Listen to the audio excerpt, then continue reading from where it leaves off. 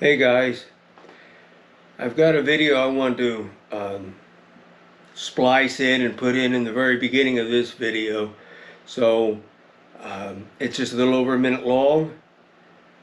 I'd like for you to watch it, and then after that shows, then I'll come back and I'll talk about um, what led up to it and what went on. So here goes.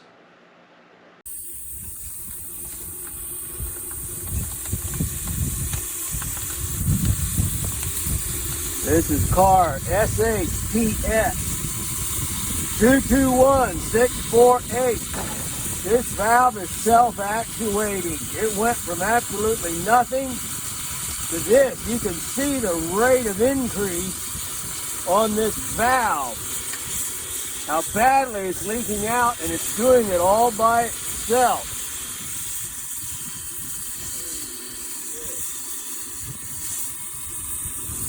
All right, Andrew, go ahead and tighten that valve. Now let go.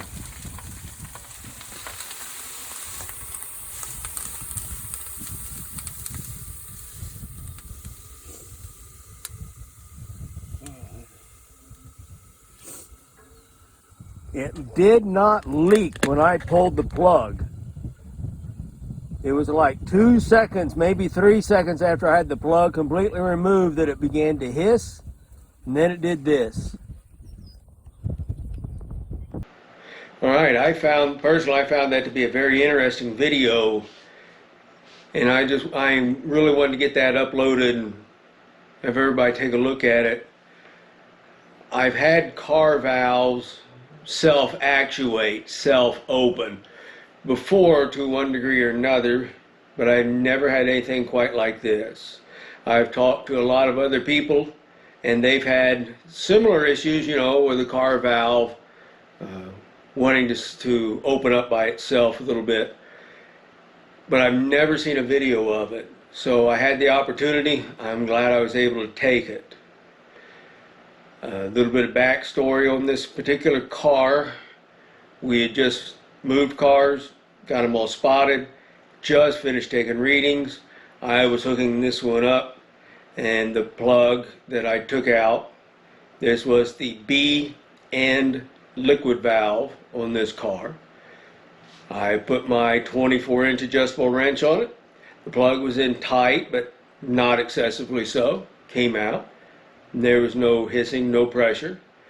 I unthreaded it, moved the plug off to a side, began to move around on the top of the car to go pull the plug out of the vapor, and I heard a hiss.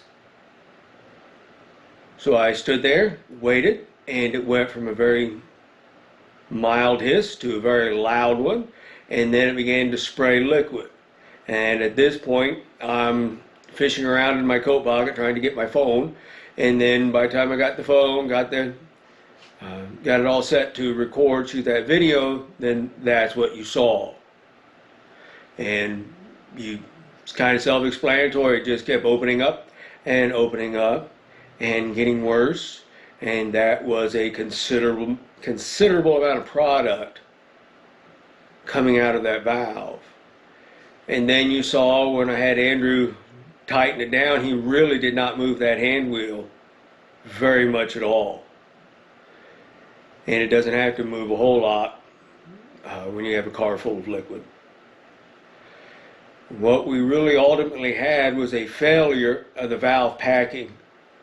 Now, valve packing is supposed to allow the valve stem to go up and down freely, and it's supposed to make sure that in whatever position the valve stem is in, no product should be leaking out the top of the valve.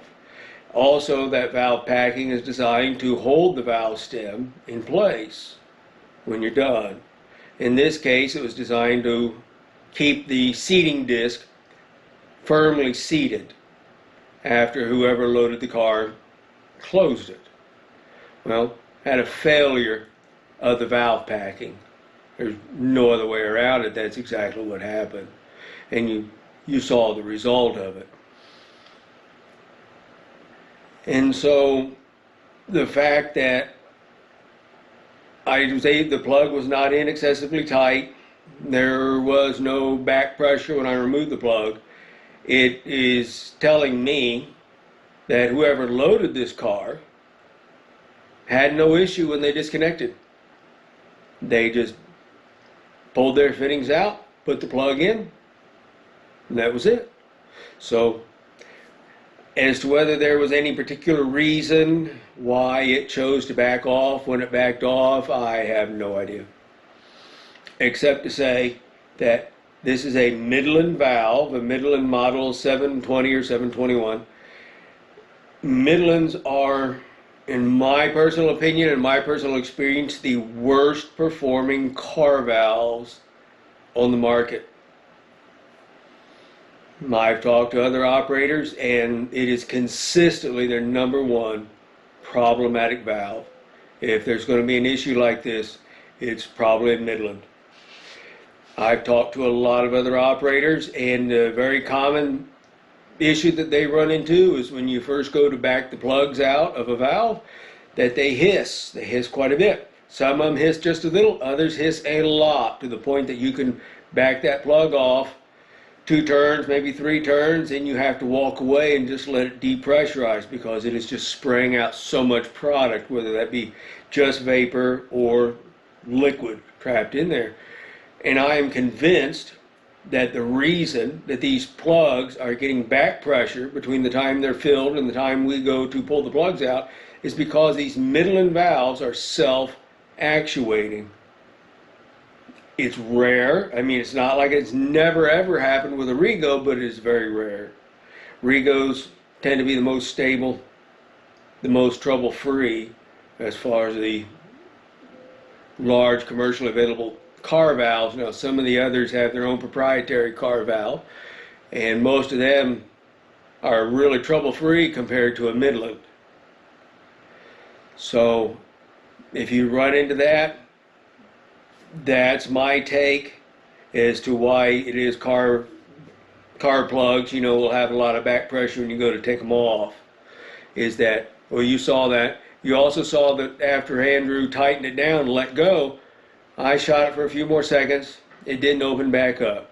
I went ahead and pulled the plug out of the vapor and the other liquid valve, hooked them all up, got them going.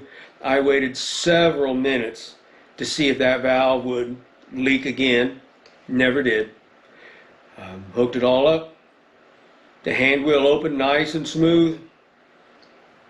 Got done. It closed nice and smooth. Disconnect the hose while I'm in recovery. Never leaked. So I just went ahead and finished prepping that car for sending it to shop. One thing to keep in mind if you prep a car for a shop and you've got a valve is you have to tag that valve. And the way I tag valves, or any valve, any fitting that is the culprit as to why I'm sending the car to a shop, is I just get yellow caution tape, and then I just cut a strip a couple feet long, wrap it around, tie it so it's there. Different FRA people have seen that. Never had an issue. Never had the FRA tell me or tell anyone else to where it's gotten back to me that using caution tape is an insufficient means of tagging a valve. So, once we got it all done, ended up putting Home Shop decals on the side. And something else I want to add about Home Shop is I've changed how or where I'm placing these Home Shop decals. I'm putting them right above the car numbers. Like this particular car was an SHPX car, so right up above that on each side is where I'm putting the Home Shop decals. I was always putting them in the center of the car. Never had any complaints, never had anything. It's just that on 2 cars I shopped a little over a year ago. In the email I got they got back to me from the FRA giving authorization for this to go to shop, they specified that they wanted the Home Shop decals close to the car numbers. So since then, that's kind of what I've been doing. Not a big deal, one way or the other, as long as it's on there and it's legible, and the home shop isn't crowded up by any other lettering, anything like that, to where it's clearly visible. Um, so watch yourself, pay attention. I caught it hissing. If I had gotten so busy, who knows, if I hadn't just, ignored it and not paid attention to it. You saw how quickly it grew. It'd be real easy for somebody to get hurt. I let it run as long as it ran, and you saw how it was growing. How big would it have grown if I would have left it alone? I have no idea. Probably not much more than what it did, but that's enough. And I also felt like I could safely keep an eye on it because I didn't think it was that big. And then when we tightened it down, we proved we were able to keep it all under control and not have a problem. So like I said, I shot a video of it, documented it, put it on all my electronic paperwork, and even on my printed out copy of the BOL with that car. I wrote all that down, documented it, sent it all in, and I would just encourage you to always make sure that if you run into a problem, that always document, always protect yourself.